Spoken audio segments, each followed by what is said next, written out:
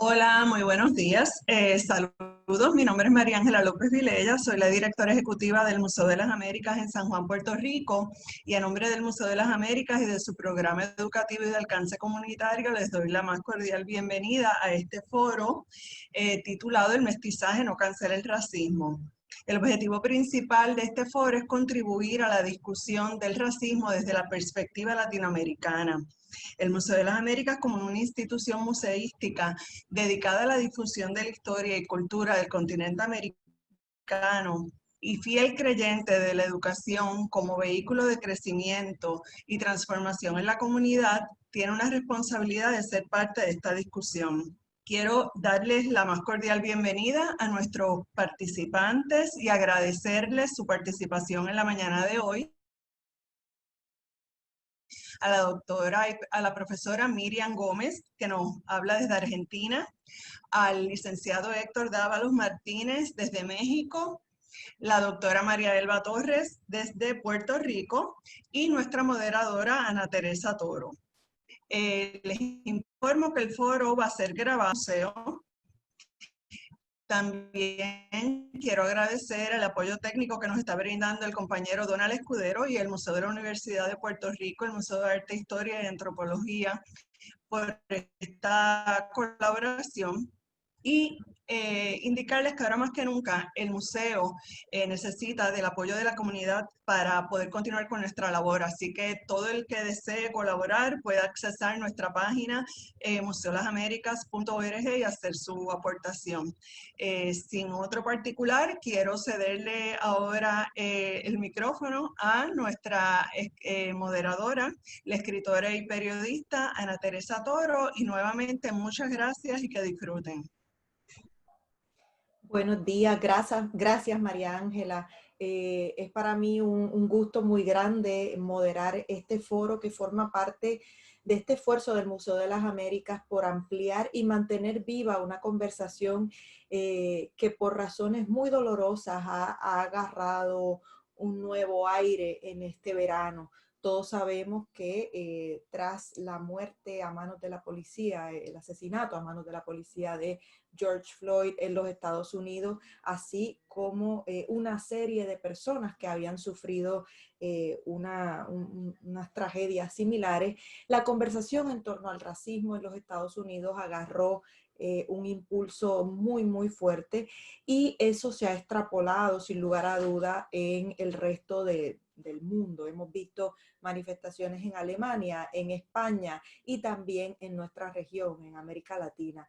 Entonces, a lo largo de este verano en el que hemos estado viendo cómo esa conversación agarra de aquí y de allá, hemos notado que en nuestros países suele ocurrir, suele surgir un argumento para negar e invisibilizar la experiencia de racismo que viven las comunidades afrodescendientes a lo largo de toda la región. Y es decir, como dice el título de este foro, que de alguna manera el mestizaje es casi una vacuna contra el racismo, que la experiencia del mestizaje y el hecho de que todos y todas de alguna manera tenemos herencia afrodescendiente, eso de alguna manera cancela la experiencia del racismo en nuestros países. Sin duda eso es una falsedad, y yo creo que lo único que hay que hacer es despertar un poco, salir a la calle y mirar a nuestro alrededor para darnos cuenta de que no hay tal cosa como una vacuna contra el racismo. La experiencia del racismo trasciende fronteras, trasciende países, trasciende básicamente cualquiera de los prejuicios que podamos armar o cualquiera de los armamentos que podamos tener para cancelarlo. Así que por esa razón, y en el ánimo de no permitir que esta conversación sea una cuestión de moda, sino que continúe y se expanda en nuestra región, el Museo de las Américas quiso tener este espacio y quiso crear este espacio que a su vez esperamos se convierta en una herramienta para la conversación sobre este tema en las escuelas, en las universidades y en distintas plataformas. Para ello hemos invitado 3 panelistas extraordinarios y extraordinarias que nos van a ayudar a entender esto más allá de los confines de nuestro pensamiento. Y antes de presentarlos, quiero invitarles a que abramos nuestros ojos, a que escuchemos lo que se va a decir aquí con el corazón abierto, con la mente abierta y conscientes de una verdad muy dolorosa y muy incómoda, y es el hecho de que aunque nos duela, aunque nos avergüence, aunque no nos guste, hay racismo en cada uno de nosotros porque la sociedad es racista y nacemos y crecemos y nos movemos en esas aguas. Entonces hay que aceptar eso con dolor, con vergüenza, con frustración para comenzar el largo proceso de desaprender. Así que les invito a que escuchemos lo que tienen que decir nuestros panelistas con esa apertura y con esa humildad también. Bueno, ahora voy a presentarles con muchísima emoción porque me encanta ver que tenemos un foro que se mueve por toda la región. Quiero comenzar por presentarles a la profesora María Victoria Gómez, que nos visita y, bueno, se une a nosotros desde Argentina. Ella pertenece a la comunidad caboverdiana de Buenos Aires, trabaja en organizaciones comunitarias de africanos y afrodescendientes a nivel nacional y continental. Es profesora de literatura latinoamericana y posee investigaciones en literaturas africanas en portugués. Trabaja en la enseñanza pública secundaria desde 1984 y en la enseñanza terciaria y universitaria desde 1990. En el 2001 fue delegada de la Tercera Conferencia Mundial contra el Racismo en Sudáfrica. Del 2008 al 2009 dirigió el proyecto Apoyo a la Población Afroargentina y sus organizaciones de base, y del 2010 al 2012 el programa de apoyo a la población afrodescendiente para la inclusión social, con subvención de la Agencia Española de Cooperación Internacional para el Desarrollo. En el 2018 se integró al proyecto regional denominado Mujeres Negras del Cono Sur, su retrato en petro y blanco, implementado en Brasil, Paraguay, Uruguay, Chile y Argentina. Durante 2017 y 2018 participó del proyecto Afrovisibilidad, la mujer negra como factor de resistencia y la lucha por recuperar el cuerpo, el primer territorio. Actualmente forma parte de la Sociedad Caboverdiana, agrupación Todos con Mandela, comisión organizadora del 8 de noviembre, Día Nacional de los y las afroargentinos y argentinas y de la cultura afro, movimiento federalista panafricanista y red de mujeres afro-latinoamericanas, afrocaribeñas y de la diáspora, además de contar con una amplia carpeta de artículos publicados sobre este tema. Además de Miriam, a quien le agradecemos su comparecencia, nos acompaña el licenciado Héctor Dávalos Martínez, cuya biografía leeré previo a su exposición para que demos rápido inicio a esta conversación. Y también está con nosotros la doctora María Elba, ay Dios mío, María Elba, estoy aquí con tanto, María Elba Torres Muñoz, cuya biografía también leeré antes de su exposición para que la tengamos fresca en la mente. Así que sin más, quiero invitar a Miriam Victoria Gómez a que comience su exposición. Entusiasmadísimos de tenerte aquí y de escucharte, Miriam, bienvenida. Gracias, buenos días a María Ángela, Ana Teresa, María Elba, al doctor Héctor Dávalos también. Un gusto participar de este encuentro, les agradezco muchísimo la convocatoria. Desde el primer momento en que me plantearon el tema y ese título tan provocador, ¿no? El mestizaje no cancela el racismo, me sentí totalmente identificada. Sabemos que en Latinoamérica, en los procesos de colonización y conquista, condujeron claramente a la violación de nuestros territorios y a la implantación de una cultura eurocéntrica sobre la base de los pueblos originarios y de los pueblos africanos que fueron trasladados violentamente a estos territorios. A las teorías del siglo XIX de la existencia de razas, ¿no? Y sobre todo a esa jerarquización, ¿no? Que establecía a la raza blanco-europea como una raza superior y a los originarios y africanos como pueblos incultos, incivilizados, sin alma, etcétera, etcétera. A esas teorías del siglo XIX, que todavía persisten lamentablemente, se le quisieron oponer en algún momento conceptualizaciones de diferentes autores del continente que pretendieron justamente levantar la bandera del mestizaje como un antídoto, como bien decía Ana Teresa, a las desigualdades. Se me ocurre en este momento la raza cósmica de Vasconcelos en México, el arielismo de Rodó en Uruguay, la democracia racial, como se plantea en Brasil hasta el día de hoy. Y en el caso de la Argentina se habla incluso de crisol de razas, ¿no? Lo que en inglés sería el melting pot. Ese crisol de razas que supuestamente vendría a homogeneizar a nuestra diversa población y que acabaría con las desigualdades. Lamentablemente, a la luz de la realidad cotidiana, en la actualidad no han desaparecido las desigualdades y cuando se habla de diversidad cultural, lo único que hacemos es tapar las desigualdades de poder. La diversidad cultural, tal como la vemos en nuestros países actualmente, no hace más que ocultar las desigualdades de poder, el sometimiento de un grupo sobre otro, ¿sí? Argentina probablemente sea el caso más exitoso, entre comillas, de la implantación de este imaginario social y popular de que no hay negros. En la Argentina no habría negros según el imaginario, negros o afrodescendientes. Y esto es un discurso oficial que se mantiene desde hace casi 2 siglos y que el resto del continente ha comprado. La mayor parte del continente cree que en la Argentina no hay afrodescendientes. Sin embargo, nosotros sabemos que somos muchos, si quieren poner cifras, les puedo decir alrededor de 2 millones de personas que se consideran descendientes de africanos en el país, y sin embargo, este mestizaje que es totalmente evidente, que esta combinación del material genético, biológico, con caracteres culturales también, no ha, de alguna manera, no han compensado las diferencias que venimos arrastrando como proceso de la trata esclavista. Argentina es en los hechos un país diverso, multicultural, multiétnico, plurilingüístico, pero no se asume como tal. Y en esa falta de asunción de esta realidad, lo que se juega es la realidad cotidiana de nuestras comunidades que siguen siendo expulsadas a los márgenes, que siguen siendo privadas del acceso al goce de sus derechos plenos, derechos tan cotidianos como la vivienda, la educación, la salud, el trabajo digno.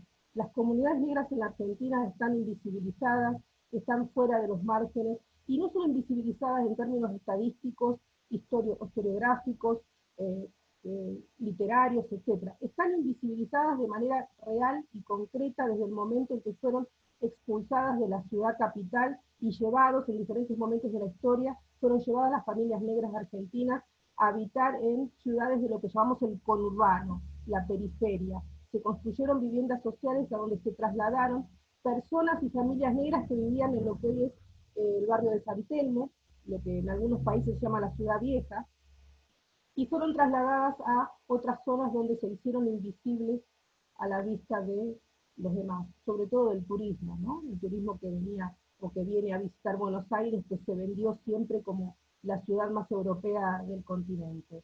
La realidad es que las comunidades en la Argentina estamos organizadas, estamos trabajando para nuestra revisibilización estadística, real, cultural, y seguimos en lucha, y lamentablemente la situación actual de la pandemia y la consecuente cuarentena no hizo más que revelar y profundizar estas carencias y desigualdades históricas. Y claramente dentro de nuestras comunidades las más afectadas somos las mujeres. Las mujeres afrodescendientes no contamos en ningún proyecto, en ninguna estadística, en ningún presupuesto. Si las comunidades negras son negadas e invisibilizadas, mucho más lo somos las mujeres negras en la Argentina. Y en eso está nuestra lucha, ¿no? Y nuestra vida. Y lo que yo llamo la tragedia cotidiana de los afroargentinos, que es no ser considerados como pares por sus compatriotas. Los compatriotas argentinos no afrodescendientes no consideran pares a los afroargentinos nacidos en esta tierra desde hace generaciones. Y eso es lo que estamos tratando de reparar. Por eso, y no voy a extenderme mucho más, me parecía importante participar de esta charla, porque el mestizaje como tal, que es real, que es concreto, no resolvió nuestras diferencias. Al contrario, la gran masa de población mestiza de nuestro país le hizo el juego, y se lo sigue haciendo, a la hegemonía blanca, ¿sí? A la idea de la supremacía racial blanca. La mayor parte de la población argentina le sigue haciendo el juego a la supremacía racial blanca porque se siguen considerando descendientes de europeos. Y bueno, estamos trabajando en esto, y bueno, sepa que en Argentina hay afrodescendientes, que somos muchos, que estamos organizados, y quiero agregar también que eso no implica que estamos tristes o deprimidos, eso también es otro mito. nosotros estamos en pie de lucha y nuestra alegría es guerrera. Gracias. Muchísimas gracias, Miriam, y sobre todo por ese final en clave de alegría, porque una de las cosas que hemos conversado mucho en este verano con toda esta experiencia, porque independientemente de que nos guste o no, la realidad es que los Estados Unidos sigue siendo un país que establece tendencias globales. Sin duda.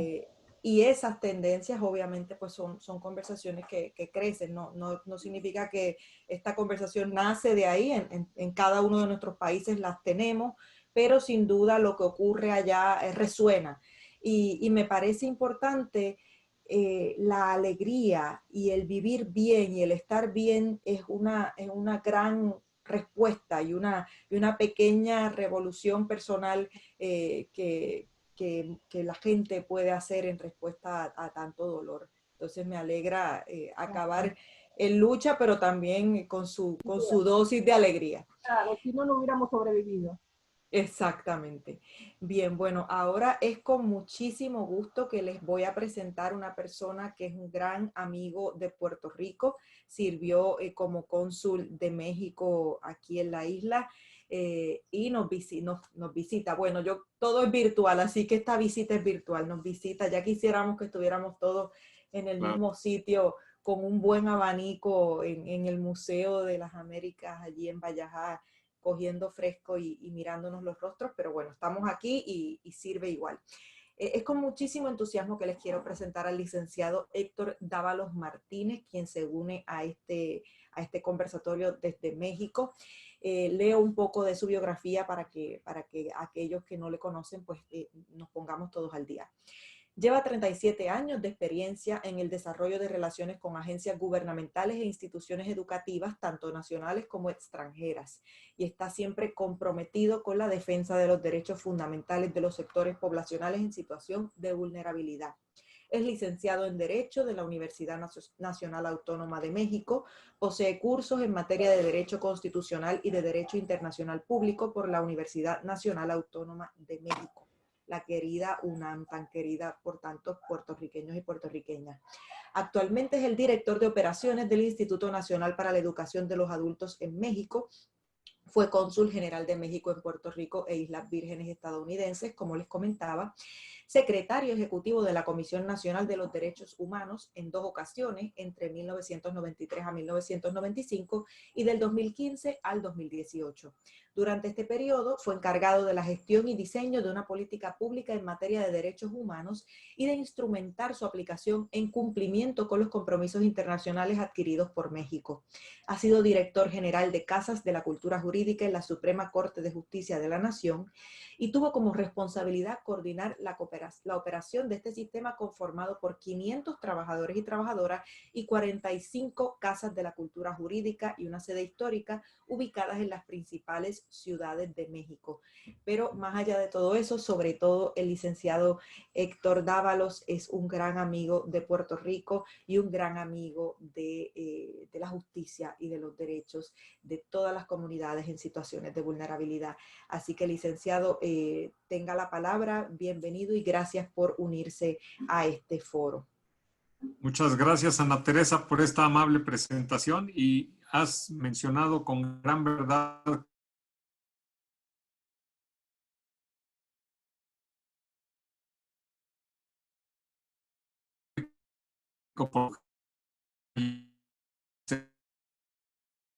un momento.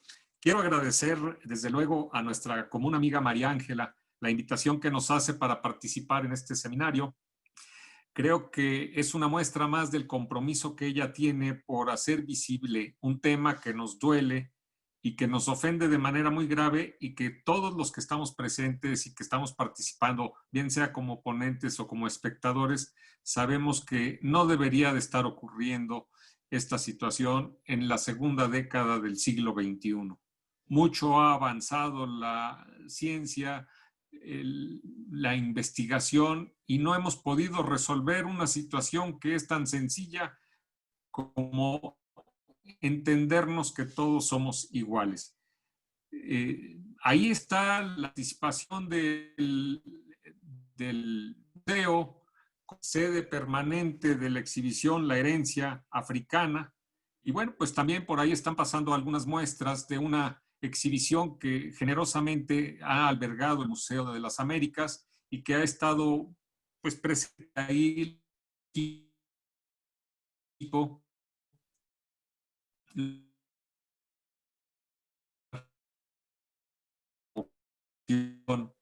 afrodescendientes, los afromexicanos y que se encuentran olvidados. Y vean ustedes esas imágenes en donde perfectamente podría estar ocurriendo esa fotografía en cualquier país de nuestra América querida. Y bueno, pues tomo el reto que nos lanza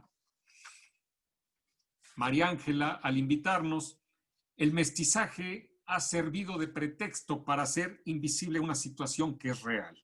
Los afromexicanos, así lo digo yo, han contribuido a la construcción del México contemporáneo. Un México que pretende ser moderno y que en ocasiones nos agrede con esas condiciones de marginación y de olvido en que se encuentra un gran sector de la población. Y lamentablemente tengo que decir que la población afrodescendiente en México se encuentra en condiciones de injusticia, de desigualdad, de marginación, es producto o víctima más bien de estereotipos dañinos y que todo esto trae una exclusión y que hace que las condiciones en las que se están desenvolviendo no sean las más adecuadas. Ya no hago mención al repunte del racismo que estamos advirtiendo que se da en el mundo entero. Ya lo mencionaba en su presentación inicial. El caso reciente de Floyd lo único que hace es poner el dedo en la llaga y hacernos ver que ese riesgo puede ocurrir en cualquier situación. Y eso es precisamente de lo que tratamos nosotros, de hacer visible un tema para crear conciencia, y agradezco desde luego la presencia de todos que se han unido a este seminario para que esto no siga pasando. Rápidamente quiero yo hacer un pequeño recorrido y decía, en México hay población afrodescendiente, desde luego que sí.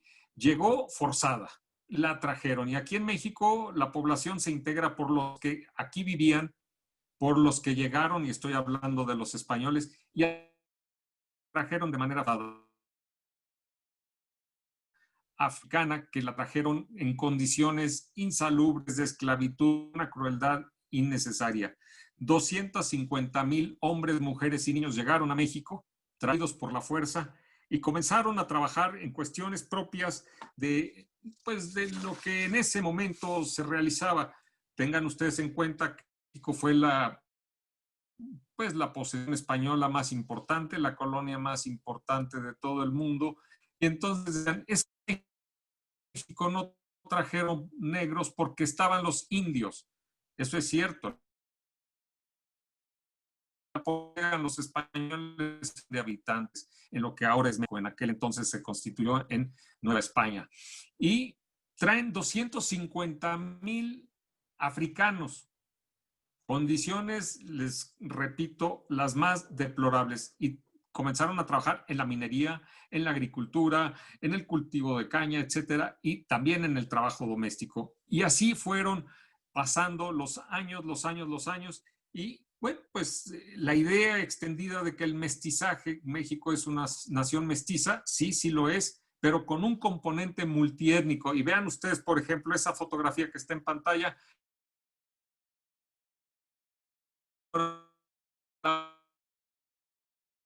que estableció en lugares tan remotos. No es nada más la idea de que los africanos se encontraban en la zona costera. En la zona del norte del país había una comunidad muy importante. Ahora, ¿qué ha pasado? Durante muchos años se ocultó esta situación, y voy a que a mí me parecen muy representativos de cómo se trató de ocultar una situación que es real. Dos de los grandes próceres nacionales, dos de los grandes héroes mexicanos eran afrodescendientes. Estoy hablando nada más y nada menos que José María Morelos y Pavón, y que junto con Hidalgo inicia el movimiento de independencia para poner fin a 300 años de colonia española. Morelos era afrodescendiente y toda la historia oficial siempre lo retrató como un mestizo, hasta que finalmente nos quitamos la careta y rompimos con eso. Y ahora ya podemos ver perfectamente en las imágenes a un Morelos con los rasgos propios de un mulato. Esto es, de un afrodescendiente. Y el siguiente héroe que también traigo yo es Vicente Guerrero, quien paradójicamente es quien consuma la independencia nacional. Llegó a ser presidente de México y también es afrodescendiente. Ahora carga de blanquear a nuestros próceres. Y este ejemplo lo pongo yo porque me queda muy claro. Si ese era el tratamiento que se daba a los héroes nacionales, la imagen que se vendía es que eran personas como todos y que no tenían una raíz, la tercera raíz, pues ahora eso ya ha ido cambiando en el discurso oficial. Me preocupa, la situación sigue siendo igual de complicada que en aquel entonces. ¿Cuál es la situación afro? Hago un recorrido rápido y llego a 1990, en donde ese gran boom de organizaciones sociales que comienzan a trabajar y todo va en coordinación con un movimiento pro afrodescendiente que tiene el boom en Colombia, Brasil, Nicaragua, Costa Rica y Perú.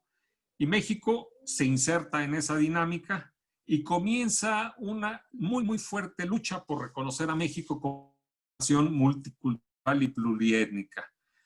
Imagínense ustedes, México es una nación de 128 millones de habitantes. Tiene diferentes etnias con 60 lenguajes diferentes, hablan su propia lengua y que tienen usos y costumbres. O sea, es un verdadero mosaico. Y ahí insertamos a la... ¿Qué ha pasado con la población afrodescendiente? Pues se tuvo, digamos, que encapsular, se tuvo que retirar y marginarse a fin de preservar su propia organización social y familiar y preservar sus manifestaciones culturales. Y esas fotografías a lo que estoy señalando. Unos 4 años nos dimos a la tarea de ir a la búsqueda de esas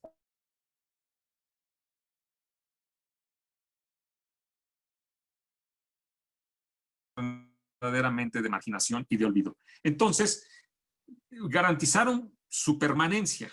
Sin embargo, pues lo que estamos viendo nosotros en este momento es que la situación severa de marginación en la que se encuentran nos permite afirmar que el paso de México hacia la modernidad se fue de largo y no se detuvo en las comunidades.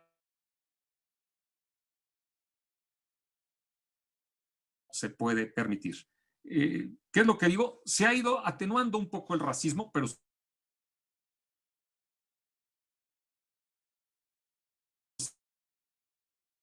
no. En México, lamentablemente, existe racismo de 1001 maneras. El gobierno respondió a esa iniciativa de las organizaciones sociales creando organismos, Comisión Nacional para el Desarrollo de las Comunidades Indígenas, Poblaciones Indígenas, y Instituto de Geografía y Estadística hizo una encuesta intercensal, y es un dato importante porque coincide en unos momentos. Y paralelamente, Argentina y México más o menos vamos con las mismas cantidades. Decía, y es una pregunta para que se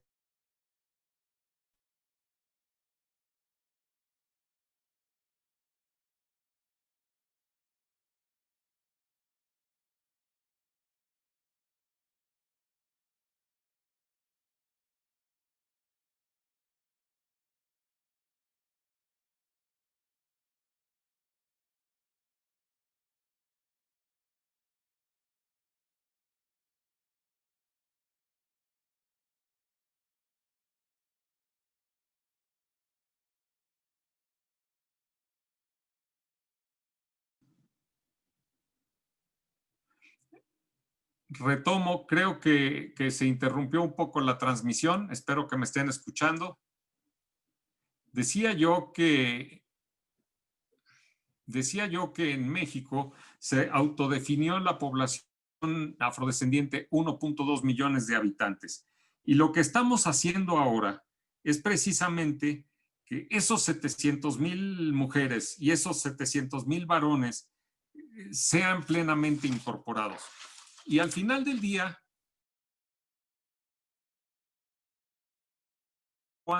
mes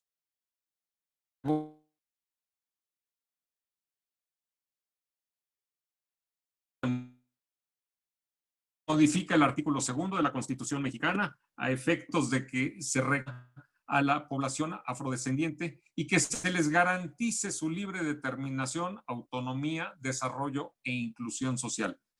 Pensaríamos que hemos triunfado, pensaríamos que les van bien. Sin embargo, tenemos una asignatura pendiente con la población afromexicana. ¿Y qué toca ahora? Y con esto quiero yo concluir. Sabemos que hay discriminación, sabemos que hay racismo. Tenemos ya un marco constitucional que habla de que tenemos que incluir socialmente y garantizar su libre determinación, su autonomía, su desarrollo en igualdad de circunstancias. Entonces, lo que tenemos que fomentar en México, y esa es parte de mi tarea ahora, es exigir políticas públicas que garanticen la inclusión de este grupo que se encuentra en especial condición de vulnerabilidad. Ahora, ¿cómo podemos dormir tranquilos si de ese 1.2 millones de afrodescendientes, el 15% se encuentra en... Tenemos ahí un nicho muy grande para trabajar y ahora desde el enfoque que estoy yo en desarrollo profesional, eso vamos a trabajar. Recuerdo que nos encontramos en el Decenio Nacional de las Personas Afrodescendientes convocado por Naciones Unidas y que tenemos un largo camino que realizar. Nos encontramos a la mitad y sin embargo creo que no hemos hecho lo suficiente.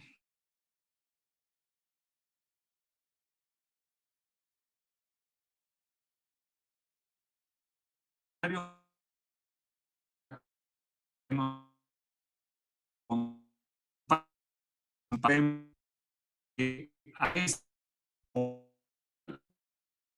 se le reconoce plenitud de derechos. Esto es lo que yo quisiera decir y muchas gracias.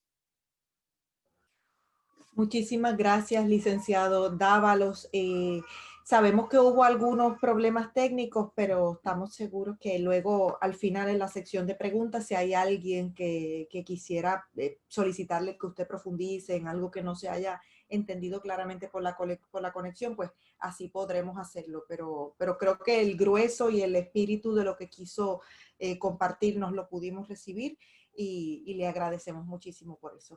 Bien, quería también, antes de continuar, informarle a las más de 100 personas que están participando de este foro, a quienes les agradecemos su comparecencia y su compromiso con este tema y su deseo de profundizar más en todo lo que estamos aquí discutiendo, que pueden hacer sus preguntas a través de la sección de Q&A, de Q&A, para que luego, pues ya finalizadas las ponencias ahora con la presentación de la doctora Torres, pues podamos incorporar algunas de sus preguntas. Bien, bueno, ahora con muchísimo gusto y siempre con una gran alegría, porque es una persona además muy cándida, muy cercana. Recién la conocí y sentí que la conocía de toda la vida. Pues les quiero presentar a la doctora María Elba Torres Muñoz. Ella es una luchadora y defensora de los derechos humanos y civiles y orgullosamente afropuertorriqueña.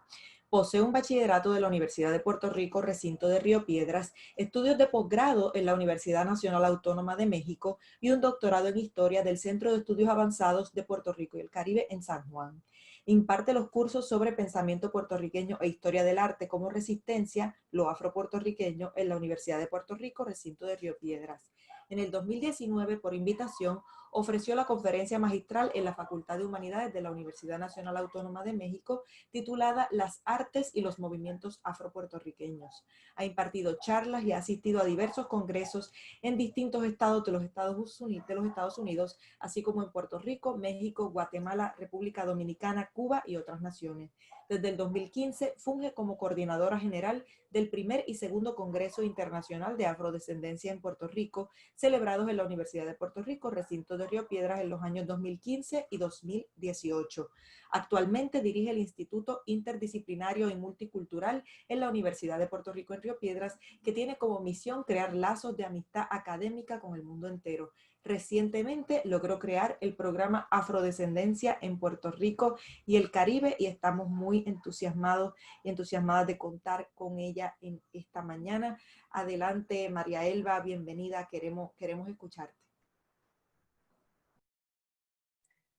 Buenos días a todos y a todas. Es un placer estar aquí con el licenciado Dávila y con la amiga Miriam Victoria. La acabo de conocer y ya está entre mi inventario de amigas afro-latinoamericanas. El tema de hoy que nos ocupa es el mestizaje no cancela el racismo. ¿Me escuchan bien? ¿Sí? Muy bien. Si fuera pregunta, yo contestaría, claro que no lo cancela. Si fuera una aseveración, diría, estoy totalmente de acuerdo que no lo cancela.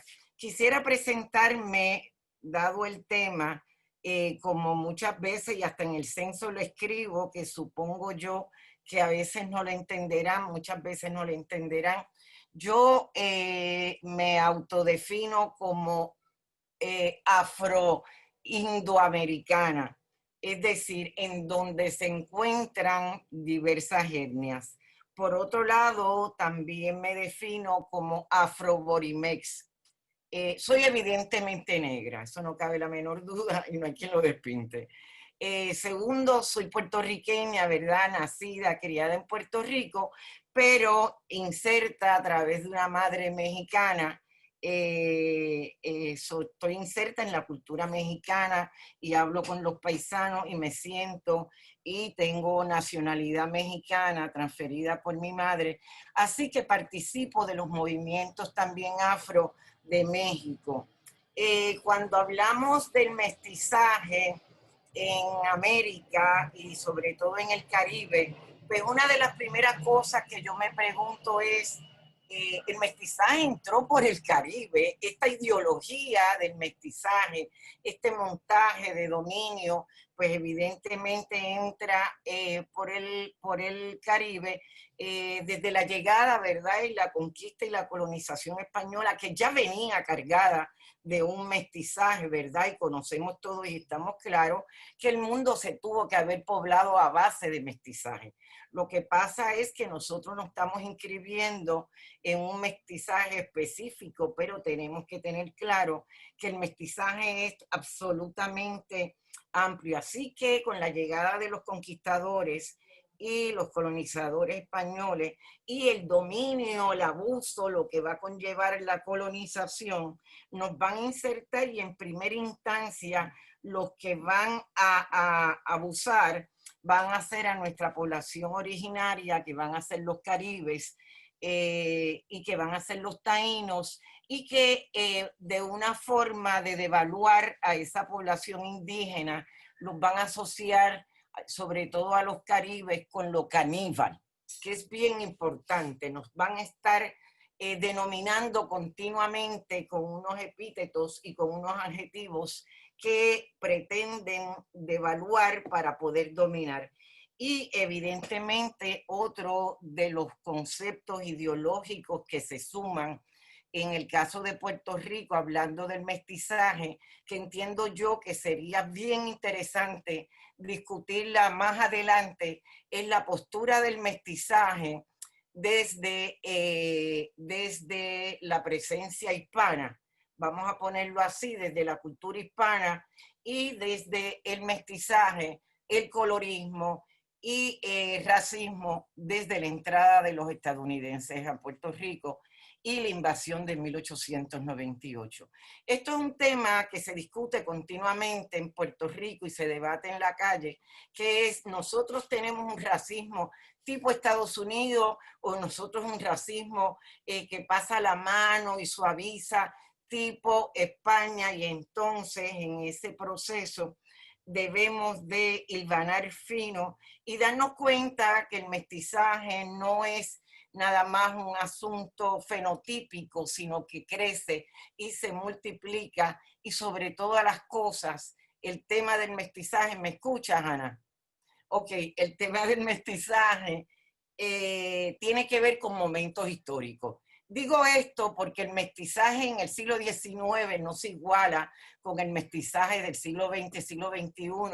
En el periodo de la esclavitud lo peor era ser mestizo, porque el mestizo era libre y conllevaba que pudiera rebelarse, ¿verdad? El esclavo estaba encadenado, el esclavo estaba sometido bajo unas condiciones sociales mucho más adversas, y el mestizo se podía colar, se podía insertar, ¿verdad? Y tenemos obras tan interesantes en el caso de Puerto Rico como la Cuarterona de Alejandro Tapia y Rivera, ¿verdad? Que ese pedacito de negro hace la diferencia en esa obra del gran Alejandro Tapia y Rivera, que va a reivindicar la presencia de un pintor negro del siglo XVIII que se le va a llamar mulato, José Campeche. Por otro lado, también tenemos en esos siglos XVIII y XIX la formación de libros, de registros de nacimiento, en donde estaba el libro de negros y estaba el libro de blancos, ¿verdad? Y en una de las cartas del Prietusco, como él mismo se llamó, del Prietusco, Ramón Emeterio Betances, le escribe a la hermana que se va a casar con un español, y la hermana está solicitándole permiso a Betances para poder cambiar del libro de negros al libro de blancos, porque ella no quiere que el novio se entere de que ella es prietusca, ¿verdad? Así que el problema del mestizaje es un problema histórico que tiene que verse de acuerdo a eso. Pero bien, estamos hablando justamente del enlace del mestizaje hoy en día y cómo nosotros lo podemos interpretar. Bueno, hice el antecedente de lo indígena, porque ahí también hubo un mestizaje, y en el caso de Puerto Rico no se estudia el mestizaje entre las dos poblaciones rezagadas desde el siglo XVI en adelante, que es el negro con el indio, que se le va a llamar el saltapatrás, que entiendo yo, ¿verdad? Ese es un término español, es un salto gigante hacia atrás, el del indígena con el negro, en donde yo sí entiendo que esa teoría de que se eliminaron los indios, yo creo que los indios se fueron mezclando con la población más cercana a ellos, que fue la población negra, y fueron fusionándose. Y uno de los ejemplos más exquisitos que nosotros tenemos respecto a eso es justamente la población de Loíza. Loíza es un término indígena con una gastronomía grandemente indígena y con una población absolutamente mayoritaria negra. Es decir, que hay que hablar del mestizaje desde distintas perspectivas, porque la construcción de esta nación puertorriqueña, yo creo que participa grandemente esta mezcla de indios con negros. Ahora bien, ¿cómo se va a montar el mestizaje en el caso desde el dominio de control absoluto de la colonia? Es vejando, ¿verdad? Es insultando, es despreciando aquella fuerza trabajadora que va justamente a crear el país, y eso lo va a hacer difícil. Difícil porque en la medida que lo veja, en la medida que lo niega, en la medida que lo insulta, en la medida que maltrata, que abusa, que todos esos millones y millones de africanos que se montaron en un barco, que se calcula que pudieron ser más de 20 millones, pero que no todos llegaron a las costas respectivas ni de América Latina ni del Caribe. Es decir, que hay miles y cientos y millones de cuerpos en la profundidad del Atlántico. Por eso es bien importante el Atlántico, ¿verdad? Porque todos van a llegar, hasta los mismos conquistadores van a llegar, hasta los mismos caribes van a llegar a través del mar. El mar va a ser esencial en nuestra vida y eso es sumamente importante. Así que para poder esclavizar hay que inferiorizar, y eso lo explica claramente y es una lectura para pelo. Cada vez que la leo, la lectura de Piel Negra, Máscara Blanca de Frantz Fanon y Los Condenados de la Tierra de Frantz Fanon, un psiquiatra martiniquense de gran importancia y de gran valor para todos nosotros los colonizados. Así que el mestizaje va a cumplir la función de negación de negro y por lo tanto va a surgir, y sobre todo desde el siglo XIX en el caso de Puerto Rico, y voy a explicar eso, va a surgir como la posibilidad de poder participar en una sociedad negada. Y el negro va a tratar de, la negra va a tratar de a través de esos elementos, poder entrar en una posición en los escalafones de las castas y partiendo de la organización de la pigmentocracia. Es decir, el mestizaje parte del color y de acuerdo a la altura de tu color y de acuerdo a lo menos que tenga es donde te va a posicionar. Por eso es que cuando yo digo que soy afro-borimex, pongo primero lo afro porque es que más claro no canto un gallo, ¿verdad? Y digo esto también tratando de insertar, yo escribí un montón de cosas y bueno, tratando de insertar la construcción de las identidades en el siglo XIX en Puerto Rico, en donde se trata de explicar desde la perspectiva totalmente y absolutamente de la fundación de la identidad en el siglo XIX, cuando llega una avalancha, que yo entiendo que es el momento de la conquista española en Puerto Rico. Llega una avalancha de españoles en el siglo XIX en Puerto Rico y va a suceder lo que sucedió también en América Latina, va a suceder un proceso de blanqueamiento, tanto físico como cultural. Y de ahí se va a partir en el siglo XIX, ¿verdad? Estoy hablando del álbum puertorriqueño, del jíbaro, todos esos íconos literarios que van a tratar de construir que somos ojíbaros, pero somos siempre blancos, con unas identidades blancas. Y ahí absolutamente, exceptuando a Alejandro Tapia Rivera, ahí totalmente se elimina la participación del negro. Así que la identidad del Caribe, en el caso de Puerto Rico, que se va a pretender lo oficial tradicional que se nos va a vender, es que somos hijos de esa gran España, ¿verdad? Y esto es, pues, en absolutamente una gran falacia. Y lo vamos a ir viendo. ¿Por qué? Porque ese siglo XIX que va a montar esa identidad emblanquecida va a ser resultado de las independencias de América Latina y del Caribe. Es decir, todos los peninsulares, muchos de los peninsulares que van a votar, que los van a sacar, que van a perder en las guerras de independencia de América Latina, van a tener a Puerto Rico como su gran lugar para venirse a acomodar, porque aquí se va a crear un lenterero gigante que va a decir, estamos muy ennegrecidos. Las estadísticas del 19 hacia atrás en Puerto Rico hablaban de que este era un país negro, mulato, oscuro. A partir del siglo XIX y sobre todo con la independencia de Haití, ¿qué se va a buscar? Emblanquecer. Todos esos españoles peninsulares que pierden en la guerra de independencia, ¿dónde van a recogerse? En Puerto Rico.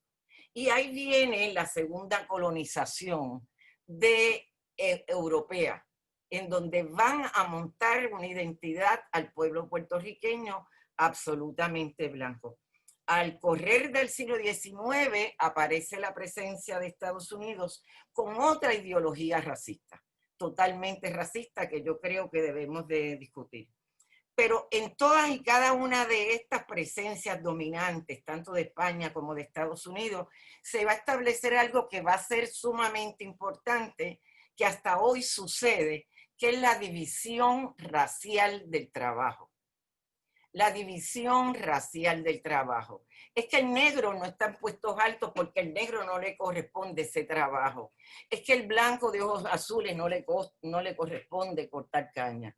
Así que vamos a entrar en un proceso, la división, como dijo el escritor Aníbal Quijano, uruguayo, vamos a entrar desde España hasta hoy a la división racial del trabajo, en donde subir esas escaleras y salir desde ese esquema de la división racial del trabajo va a obligar a la formulación de ese mestizaje. Continúo por otro lado señalando que así como se va a vejar, así como se va a negar, así como no se incluía y no tenía educación, no tenía acceso, razón por la cual hoy en día nos preguntamos por qué muchos negros son pro-yanqui y no son de otra forma, y la historia nos los puede ir explicando, y es sumamente importante que ya que se ha abierto las puertas de este tema del negro, donde han pasado cientos de personas en Puerto Rico tratando de poner el foco, y apenas y con la desgraciado asesinato de Floyd y el impacto mundial, nos ha tocado a nosotros darle forma desde la isla y desde Puerto Rico. Y en el caso de Puerto Rico, el mestizaje y otras palabras han querido usarse con el fin de sustituir la palabra negro, porque la palabra negro insulta. En Puerto Rico tú no le dices negro en menos que sea de cariño, y ese cariño hay que tenerlo entre comillas, porque a mí me dicen algo que es obvio: negrita, ¿cómo estás? Y yo le digo, blanquita, bien. O sea, si nos vamos a tratar desde lo fenotípico, yo tengo el derecho de también marcarte como blanca, ¿cierto? Porque no el blanco nada más tiene la autoridad de decirle a negrita, pero entonces, dentro de la explotación de la esclavitud y el trato hacia el negro dentro de la esclavitud, se crearon una cantidad de palabras para suavizar a la esclavitud. Hablo también del mestizaje y voy a ir cerrando también. El mestizaje está en nuestra alimentación. Nuestra comida es totalmente mestiza. Es que el burén en Loíza, el burén es indio y es negro, ¿verdad? La carne guisada es negra. Así que las viandas con bacalao también era comida que le daban a los esclavizados.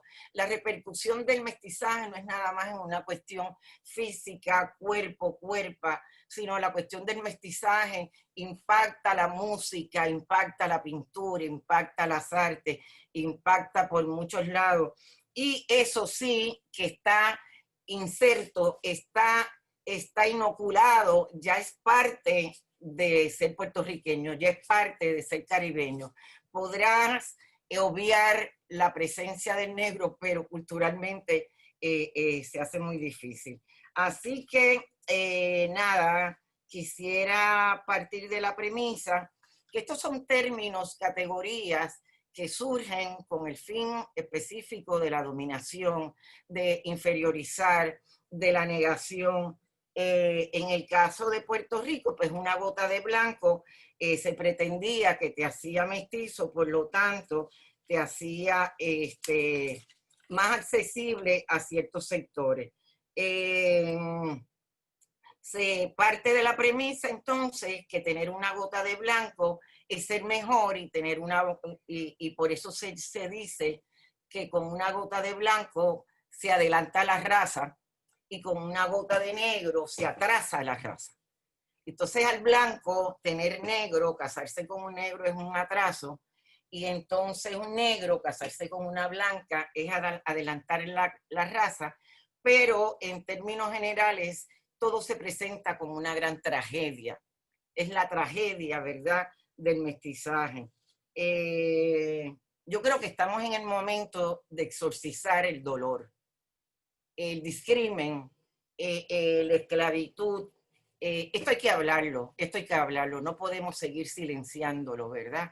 Esto hay que hablarlo, y de una forma de diálogo, como estamos ahora mismo, compartir las experiencias para entonces poder generar políticas públicas, para poder generar y obligar al Departamento de Educación que incluya a los afrodescendientes. Imagínense ustedes, todos nosotros criados desde una postura europea y no nos vemos. Es cuando yo leo historia del arte de mi país y digo, adiós, pero es que aquí no hubo negros. Y los negros los pintaban y no hubo sujetos negros. ¿Dónde están los sujetos negros dentro del arte puertorriqueño? Muchos, demasiados, pero están excluidos. En términos generales, pues esa es mi posición. Muy bien, muchísimas gracias María Elba Torres por ilustrarnos con detalle y con sentimiento también. Bien, ya estamos acercándonos a las 11 de la mañana, así que en lugar de yo ir directamente a preguntas al panel, lo que voy es a traer algunos temas para pues presentarles a todos y a todas las preguntas que tenemos de los asistentes. Se han mantenido en más de 100, cosa que agradecemos. Vemos que el interés es grande en este tema. Una cosa que los tres han traído es el tema de la invisibilización, es el tema de la negación, es el tema de alguna manera de la prolongación de un sistema de castas colonial que hasta el día de hoy prevalece. Creo que es algo a lo que debemos prestar muchísima atención. También hay algo más que es una anécdota que comparto con ustedes, y yo fui jurado en una ocasión de un certamen de periodismo en la región. Es un certamen muy, muy famoso. Participaron más de 800 periodistas, o sea, había 800 textos escritos que fueron sometidos de todos los países de América Latina. Nos dividimos los jurados por grupos. Yo alcancé a evaluar 200 de esos 800 textos. Y una cosa que me impresionó, porque luego pues nos reuníamos y nos enterábamos de todos los temas que se tocaban en el resto de los materiales sometidos a certamen, una de las cosas que más nos impresionó fue el hecho de que si bien había muchísimos temas sobre violencia, había muchísimos temas sobre violencia machista, había muchísimos temas vinculados a todo lo que es el universo del indigenismo. No encontramos un solo texto entre 800 sobre el tema del racismo en América Latina. Entonces, fue algo y eso pasó hace unos 3, 4 años, o sea, estamos hablando de un momento muy reciente. Traigo eso a colación porque también la forma en que contamos el continente, la forma en que narramos la región tiene mucho que ver con la forma en que pensamos la región. Y creo que también, tanto desde el periodismo como desde la literatura, como dentro de todas las artes, hay una asignatura pendiente de narrar la región en su diversidad y en su complejidad, como muy bien ustedes han descrito. Bien, dicho esto, voy a plantearles ahora, hay una pregunta directamente para el licenciado Dávalos. Es una pregunta, simplemente hay una persona que quiere que usted explique y repita un poco el tema del marco constitucional en cuanto a los afromexicanos, algo que no se entendió muy bien, si nos ayuda con esa respuesta. Sí, como no, muchas gracias, Ana Teresa. Muy rápidamente, decir que después de un gran movimiento que arranca en 1990, logramos que finalmente hace un año se reformara la Constitución mexicana a efecto de reconocer en el artículo 2 de la propia Constitución la importancia y la necesidad de atender a la población afromexicana. Y esto es una cuestión que no es un triunfo, es apenas el inicio de un largo camino que debemos de transitar, porque miren, hay una situación muy complicada. Sabíamos que existían, sabíamos de su presencia y los teníamos totalmente relegados y los obligamos a una situación que a mí me parece perfectamente inaceptable. Tenían que renegar de ser población afrodescendiente y se tenían que asumir como indígenas para poder acceder a los apoyos asistenciales y a las instituciones que sí existen en México y que son muchas para atender a la población indígena, que ciertamente es mayoritaria. Ahora, lo que decía yo es, tenemos ya el cambio constitucional, pero tenemos que hacer una serie de leyes una serie de instituciones y dar los siguientes pasos, porque no es suficiente el haberlos reconocido. Eso en nada les ayuda si no viene acompañado por una serie de acciones positivas en favor para que puedan asumirse plenamente y que se encuentren en igualdad de circunstancia con el resto de la población. Eso es lo que yo quisiera comentar, Ana Teresa, y lamento los problemas técnicos, pero bueno, pues la tecnología y el Internet no tiene palabra de honor. Así mismo es, y lo estamos descubriendo en esta pandemia todos los días. Bien, muchísimas gracias, licenciado. Tenemos también una pregunta que es abierta a los tres panelistas y les pido que seamos breves en esta respuesta para que nos dé espacio de incorporar unas cuantas preguntas más. Lo digo porque es una pregunta muy amplia que nos daría para quedarnos la tarde aquí, pero queremos dar oportunidad a otros y otras asistentes que han hecho sus preguntas. Pregunta Mayrín Vargas, ¿qué falta por hacer activamente para trabajar con esta realidad en nuestra sociedad? Yo creo que su pregunta parte naturalmente del hecho de que espacios como este son importantes, escribir, documentar, el trabajo que cada uno de ustedes de activismo hace es importante, pero la acción concreta en la sociedad y en el gobierno es lo que realmente transforma esta realidad. ¿Qué tendrían que decir al respecto? Comencemos con Miriam. Sí, Ana Teresa, justamente pensaba, ¿no?, cuáles podrían ser las herramientas para transformar estas realidades de desigualdad, racismo, xenofobia, y entiendo que hay dos caminos principales, entre muchos otros, pero los principales son la política, ¿sí?, ocupar espacios de poder y de decisión, que nuestras personas, nuestra gente ocupen espacios de poder y decisión en lugares claves, como los ministerios de educación, de trabajo, de salud, ministerios de economía.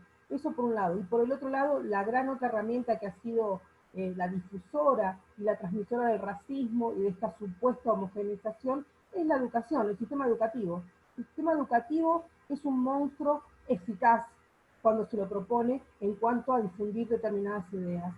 En el caso de la Argentina, la idea fue la de homogeneizar a la sociedad, de creer que éramos todos iguales, que éramos todos descendientes de europeos, ocultando justamente las inequidades. Y creo que ese mismo instrumento, la educación, puede ser realmente muy eficaz para revertir esta situación. Yo como educadora, desde hace más de 30 años, creo profundamente en el poder transformador de la educación y creo que a través de ella debemos también iniciar el camino inverso para revertir estos patrones de desigualdad, racismo e inequidad. Entonces, básicamente, me refiero que la política y la educación son los brazos fundamentales en esta lucha. Claramente puedo nombrar también los medios de comunicación, que han sido transmisores de estereotipos. También tenemos que estar en esos espacios, pero las decisiones vienen desde la política, desde el poder. Entonces, ese es mi aporte, ¿no?, a esta pregunta. Gracias. Muy bien. Adelante, María Elba. Comparto muy bien con la profesora Miriam, entiendo que sí, que tenemos que ya empezar a posicionarnos en espacios públicos, dar visibilidad. Las Naciones Unidas tiene 3 palabras claves y cada palabra de esas implica un conjunto que es reconocimiento, y ahí en reconocimiento pues evidentemente entra la educación. Tenemos que empezar a sacar hacia afuera toda una información oculta, a investigar a los estudiantes que investiguen y se van a encontrar con una cantidad de personas y de seres, compatriotas que han aportado muchísimo y no se conocen y nos hemos quedado con 2 o 3. Entonces, en el tema de desarrollo, eso es vital. Tenemos que insertarnos desde las activistas, los activistas, las personas que tenemos esta lucha en las comunidades. Las comunidades hay que levantarles. Las comunidades no tan solo tienen el azote natural de los huracanes, de la pandemia, aquello y lo otro, también tienen el azote de la exclusión económica, de donde no llega la educación, donde hay una cantidad de jóvenes de sectores escolares, y esas personas en su gran mayoría tienen color, y son los nuestros. nosotros tenemos que buscar la forma de, en campañas en la década de los 80, era común insertarse en las comunidades. Hoy en día, bueno, pues tenemos la pandemia, tienen que hacer a través de este sistema, pero tenemos que las comunidades se sientan con apoyo, que se sientan que tienen respaldo, ir allá a comunicarles lo que ustedes están viviendo hoy. Yo como negra lo viví en 7º grado, a mí me hacían bullying por negra, a mí me sacaban de los grupos, así que no es nada nuevo, esto es histórico, esto es de toda la vida. El negro tiene muchas historias que contar de bullying, así que es la educación, la política y la solidaridad, la empatía dentro de las comunidades. Muy bien, licenciado. Yo no podría agregar mucho más de lo que han dicho Miriam y mi queridísima paisana María Elba. Creo que la educación es el factor fundamental y por eso yo mencionaba que cómo podemos dormir tranquilos si sabemos que la población afrodescendiente, afromexicana se encuentra con un elevadísimo índice de analfabetismo. Con eso le estamos cancelando cualquier posibilidad. Y bueno, pues entonces toca a nosotros, los que nos encontramos del otro lado y que abanderamos y que compartimos esas preocupaciones, pues estar presionando hasta lograr que las políticas públicas los consideren y los contemplen, porque no pueden seguir manteniéndose en la marginación. Entonces sí, definitivamente el activismo, y para eso la academia y lo que hace, por ejemplo, el museo es muy importante. Y ustedes como también dar a conocer, divulgar, difundir. Entonces, bueno, pues tenemos que ir trabajando en ese camino y creo que lo estamos haciendo de alguna manera articulada y coincido con lo que ocurre en Puerto Rico y con lo que ocurre en Argentina. Gracias, Ana. Bien, voy a más o menos armar una pregunta que surge de varias preguntas, un poco para que puedan ofrecer una respuesta pues más general a las inquietudes específicas que han ido planteando los asistentes. Hay muchas personas interesadas en ver el contraste que hay entre cómo se manifiesta el racismo en América Latina en contraste y en comparación con cómo se manifiesta el racismo en los Estados Unidos. ¿Podrían compartirnos algunas reflexiones al respecto? ¿Cómo se distinguen esas especificidades? Porque definitivamente pues, la experiencia de Estados Unidos es muy particular. Creo que hay unos paralelismos que toda forma del racismo tiene, pero sí hay unas diferencias entre cómo se manifiesta en América Latina versus en los Estados Unidos. Entonces, si pudieran ofrecernos una reflexión al respecto, yo creo que sería de beneficio de todos los asistentes. Adelante, Miriam. Bien, en principio tendremos que hacer un raconto histórico, ver cómo en Estados Unidos, por ejemplo, se implementaron leyes, reglamentos, estatutos de segregación racial, tal como, por ejemplo, pasó en la Sudáfrica del apartheid a partir de 1948. En los países latinoamericanos no hubo reglamentaciones específicas, sobre todo a partir de las independencias, respecto de cómo deberían comportarse los diferentes grupos sociales. No lo hubo en la letra, pero sí en los hechos. En los hechos hubo segregación y discriminación y apartheid. Si desde, por ejemplo, miramos un mapa, la geografía de nuestras ciudades, dónde estamos viviendo nosotros los afrodescendientes y dónde están ubicadas las poblaciones no afro. Eso ya marca una segregación concreta y real que tiene que ver con nuestra posición en la sociedad, con nuestro acceso o no a la educación, qué niveles educativos alcanzamos, qué espacios de representación política ocupamos, ¿sí? Si nosotros observamos estos parámetros, encontramos que hay una segregación real y concreta, pero no establecida por ley. Por otro lado, las relaciones raciales, entre comillas, en América Latina y particularmente en nuestros países del sur, de América del Sur, son relaciones bastante, para definirlas de manera elegante, hipócritas, ¿no? Hay un paternalismo encubierto, como comentaba María Elba, en eso de llamarse negrita, negrito, en eso de infantilizar a las poblaciones afrodescendientes, es otra forma de neocolonización y de racismo implícito. Y si bien no se producen hechos violentos, no frecuentemente, pero sí ocurren, del modo que ocurrió con George Floyd, en la Argentina también hay casos de violencia física, ¿sí? Por odio racial hacia personas de comunidades afrodescendientes o africanas. Es muy evidente el caso, muy conocido el caso en Buenos Aires de la persecución policial contra los inmigrantes de origen senegalés, por ejemplo. Es muy marcada esa persecución hacia este colectivo en Argentina, y claramente ha habido muchas denuncias al respecto. Y se verificó el caso de un asesinato de un líder senegalés en el año 2016, un crimen que sigue sin esclarecimiento y por tanto sin justicia. Entonces, esas formas de racismo y discriminación muchas veces operan de manera velada, ¿no? Por ejemplo, cuando uno busca un trabajo, se presenta en una oficina con un currículum, la respuesta suele ser, bueno, ya se ocupó el lugar, o bien estamos buscando personas con un perfil más homogéneo, sin decir claramente qué está buscando. Y en otra época era muy común en los avisos de pedidos de trabajo, en el periódico, que dijeran que busca personas así, buena presencia. Esa era la palabra clave, buena presencia. ¿Qué significaba la buena presencia? Bueno, un aspecto étnico europeo o eurodescendiente.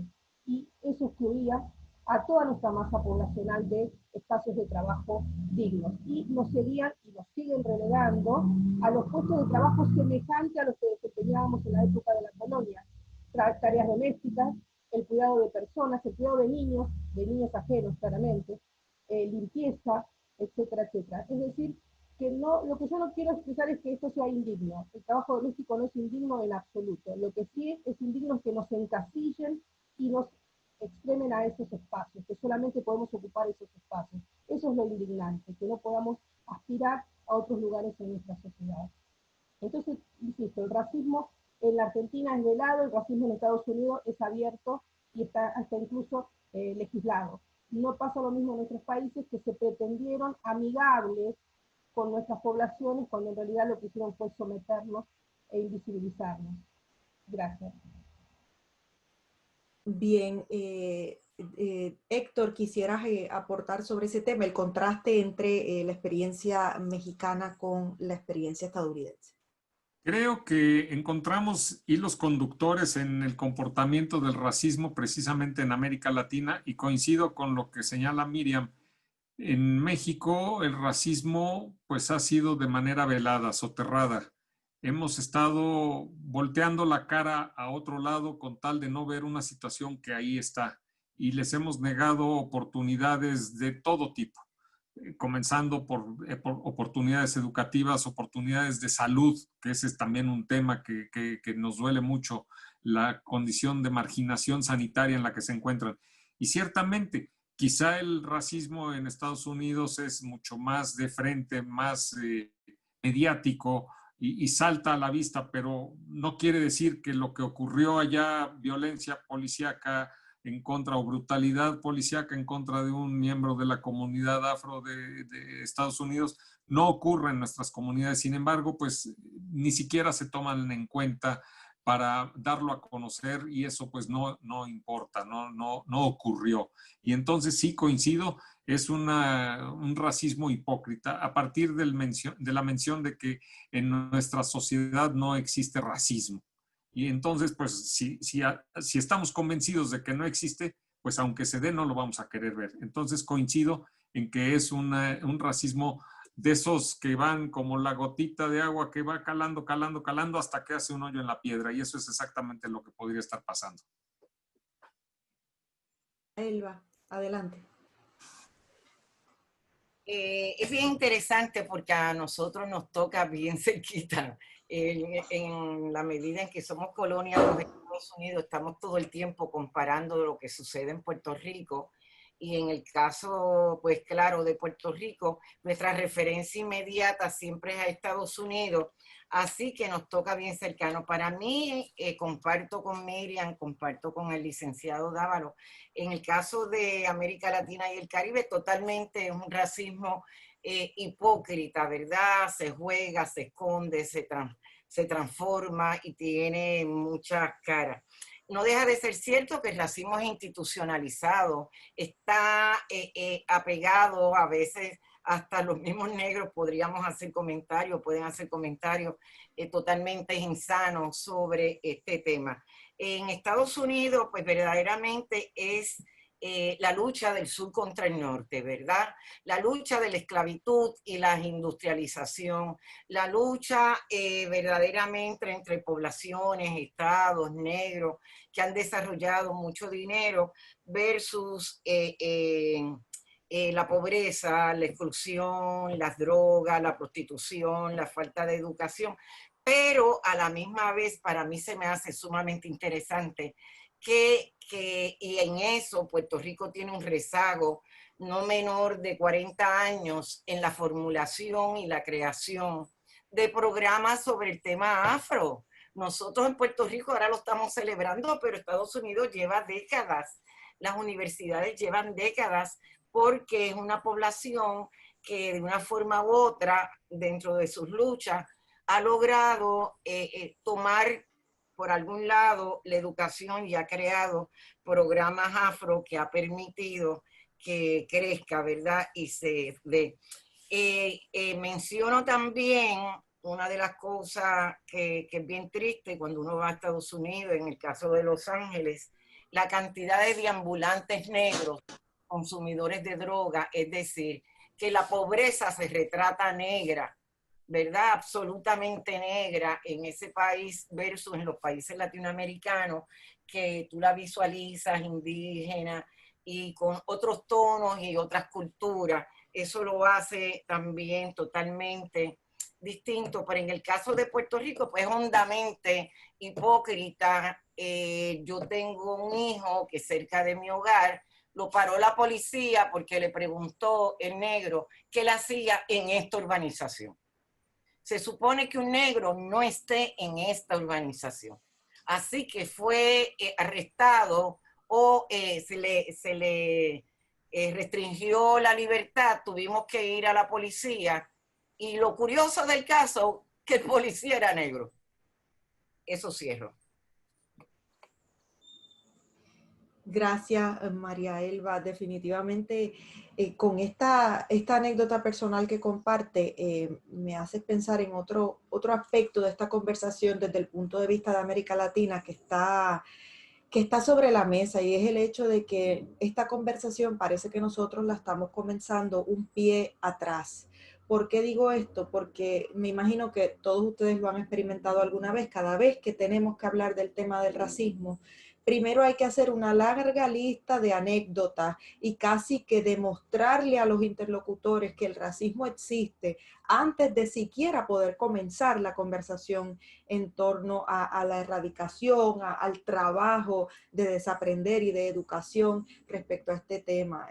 Ustedes saben, yo lo vivo en mi casa constantemente. Mi esposo hace un trabajo de activismo muy importante, y una de las cosas más extenuantes para él, y yo que estoy a su lado lo observo, es tener que primero revivir un montón de anécdotas traumáticas, de experiencias racistas, para convencer a quienes le entrevistan o a quienes le preguntan que el racismo es una cosa real, y entonces a partir de ahí poder por fin comenzar la conversación. Yo creo que una de las cosas que tenemos que llevarnos de este diálogo hoy es no comenzar la conversación preguntándonos si el racismo existe en América Latina. Esa respuesta ya está adjudicada y tenemos que partir de que está adjudicada para continuar conversando ya desde lo concreto.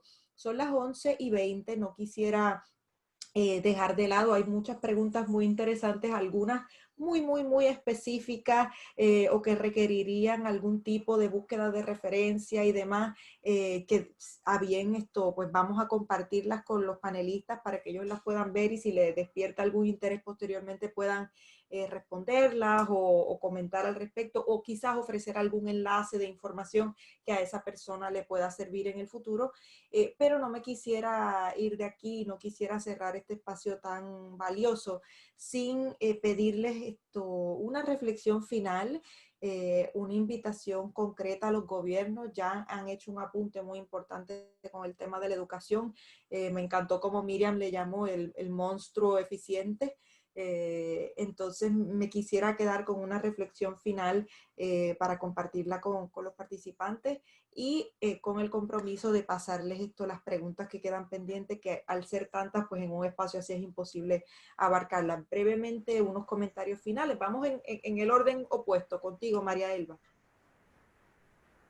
Una exhortación al gobierno. Bueno, lo que pasa es que partimos de unos gobiernos más extraños, más raros, que no sé si le llegue la exhortación, pero nada, que sean más horizontales, que A mí no me gustaría, ante la situación que vive Puerto Rico, ver figuras negras insertas dentro de ese revolú de corrupción que vive el gobierno. Así que yo no diría que incluyan negros en el gobierno, porque no quiero que participen de eso. Lo que sí podría pedirle es la educación, que se amplíe la educación, que los puertorriqueños tengan la posibilidad de verse, de sentirse orgullosos. Creo que es la educación el instrumento más importante, y en términos políticos nos encargaremos nosotros, los negros y las negras. Muchas gracias. Héctor. Muchas gracias. Yo cerraría este espacio tan interesante y que me permitió compartir con María Elba, con Miriam. Cerraría yo más bien con una provocación. Ya sabemos qué tenemos que hacer ante el gobierno, ya sabemos cuál es el camino que tenemos que hacer para abrir nuevos cauces, pero hemos dejado de lado que el fenómeno no va a cesar, sino que por el contrario, todos los países nos encontramos sujetos al fenómeno de migración. Y lo digo porque en el caso de México es evidente que es un país que, además de que genera migración, es un país de tránsito y es un país de acogida. Y hemos visto con atención cómo ha ido aumentando el flujo de población que viene de países, de naciones africanas que pretenden entrar a la Unión Americana y que sabemos que por una u otra razón no lo logran y se quedan en México. Entonces, el compromiso que tenemos no nada más es para la población afromexicana, sino también para la población afrodescendiente que está llegando de nuevo cuño a México y que aquí se va a quedar. O sea que el fenómeno no es nada más atender a los que ya estaban, sino a los que van a llegar. Entonces, me quedaría yo con esa provocación porque creo que eso daría para otro tema de conversación. ¿Qué vamos a hacer con aquellos que están entrando a los países y que provienen de regiones en donde la población es afrodescendiente? Muchas gracias. Gracias a usted. Miriam. Sí, Ana Teresa, entre las múltiples deudas históricas que el Estado argentino mantiene con nuestra población, en este momento, en estos últimos minutos, voy a destacar dos. Exigimos la inmediata implementación del diseño internacional para los afrodescendientes, que el Estado ponga en marcha un programa y plan de acción para que los tres ejes del diseño, reconocimiento, justicia y desarrollo, se hagan realidad. Exigimos esto al Estado argentino, al actual presidente Alberto Fernández. Y la otra deuda histórica es el reconocimiento de una figura importantísima en la historia argentina, que es María Remedios del Valle, una mujer que vivió en el siglo XIX, que integró los ejércitos del norte y que luchó por la independencia argentina. María Remedios fue llamada Madre de la Patria por los soldados, sus compañeros de armas, y el general Belgrano la nombró capitana del Ejército del Norte. Nosotros pedimos que como reparación histórica a su figura se la nombre post-mortem generala y que se la ascienda con la presencia de todas las fuerzas y del presidente de la Nación. Eso es lo que pedimos por el momento, el reconocimiento a María Remedios del Valle y la implementación del diseño para los afrodescendientes. Y quiero despedirme con un abrazo cálido a la distancia con María Elba, a quien también la reconozco como amiga, al doctor Héctor, un gusto haberlo conocido y escuchado, Ana Teresa, gracias, y también a María Ángela por la convocatoria. María Elba, me gustaría seguir en contacto con vos, ¿sí? Tenemos mucho de qué hablar y mucho en común. Por favor, sí, y es un abrazo para ti en Argentina. Y quería preguntarte, ¿es cierto que el primer presidente de la República Argentina era negro? Así es, Bernardino Rivadavia. Rivadavia. Le decían el doctor Chocolate, imagínate.